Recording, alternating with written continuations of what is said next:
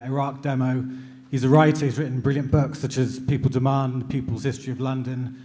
He's no doubt one of the most inspiring leaders of the anti-war movement. Please give a warm welcome to John Rees. Thank you.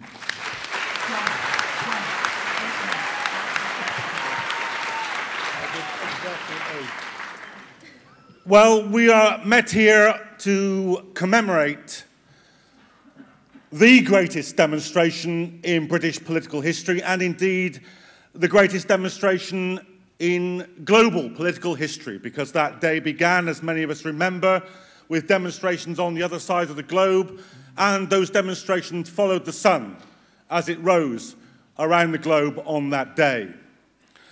But it would be entirely wrong. In fact, it is entirely unnecessary to meet simply to commemorate that demonstration.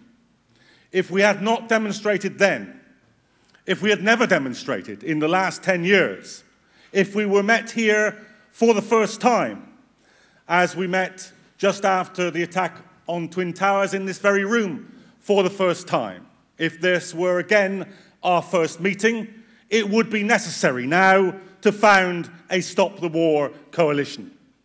It would be necessary because the structure of our world, the disposition of the power of the major states, is making war a permanent reality in the age in which we live.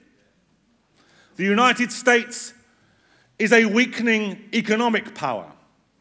It has challenges on a global scale that it did not have a generation ago. It does not do reconstruction, as Condoleezza Rice once said, in the way that it did at the end of the Second World War. But this economically weakening giant is still overwhelmingly militarily superior. American military spending is equal to the spending of the 10 largest military powers in the world that come after it, all put together. It is still a colossus when it comes to the stick. And that gives it a propensity to military violence, unprecedented even in the last 100 years that have been full of a propensity by the military powers, by the great powers, by the imperial powers to use military violence.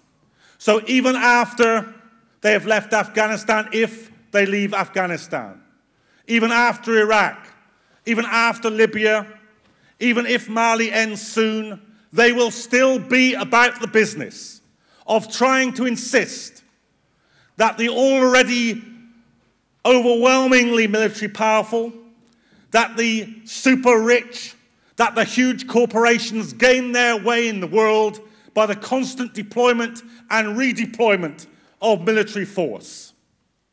We stand for the very opposite of those things. That policy will destroy democracy, as it has already destroyed democracy, both in its heartlands and in the countries that it attacks in the last 10 years. But we stand for democracy.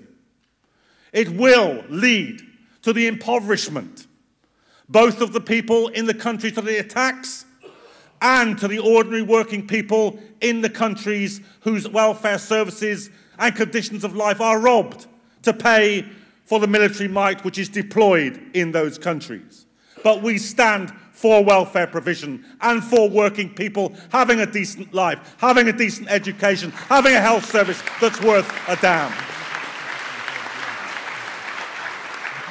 It will, as it has, generated racism, because you cannot use the argument that some people in some parts of the globe practice a religion which is uniquely backward and medieval, which is uniquely oppressive of women, which is uniquely undemocratic. You cannot put that argument as a justification for bombing people in Mali or in Baghdad or in Kabul and not say the same things about their co-religionists in Birmingham or Bradford or the East End of London. So we stand for freedom of speech, and part of freedom of speech is freedom of religious speech. I am not a religious person, but I will defend the right of religious people to have their view, to practice their religion as they see fit. I will not allow, without resistance, to happen in this country, a law to be passed as it has been in France, which tells Muslim women that they cannot wear certain forms of headdress and makes it illegal for Muslims to pray in the street. We are not having that here. We are not having that here.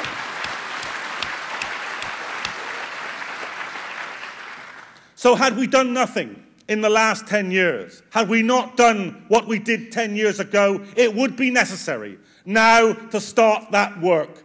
It would be a decade late, but it would be necessary to start that work. And in that 10 years, they've responded to the pressure from us. Let's be clear.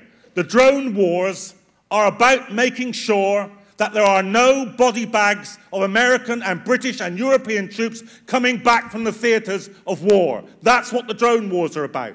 Now, if they move to drone wars, we move after the drone wars. That's why the Stop the War Coalition is calling on the 27th of April to have a demonstration at the Leicestershire base, which has now been opened in this country and which is directly in the business of bringing death by stealth from the air to people who will never ever see it coming in countries thousands of miles away. They've moved to that, we are moving after them. And every time they move, we will pursue them. We will not let the argument stand. We will not drop the argument. We will not stop mobilising. We will not stop marching. We will not stop demonstrating. That is the most important thing that we can say today. That as long as they are addicted to war, we are addicted to protest against those wars. That is our business.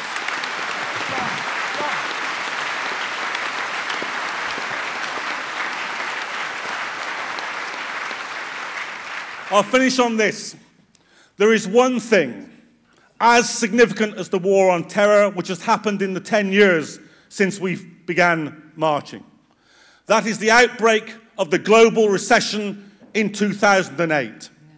To their addiction to war has been added their addiction to defending the profits of the banks and the finance houses and the corporations at the cost of the living standards of ordinary working people. Sami Ramadani quite rightly said, there is no anti-imperialism without democracy, and there is no struggle for democracy without anti-imperialism. But there is no struggle against war without defending the welfare state, the trade union rights, and the strength of the labour movement in this country.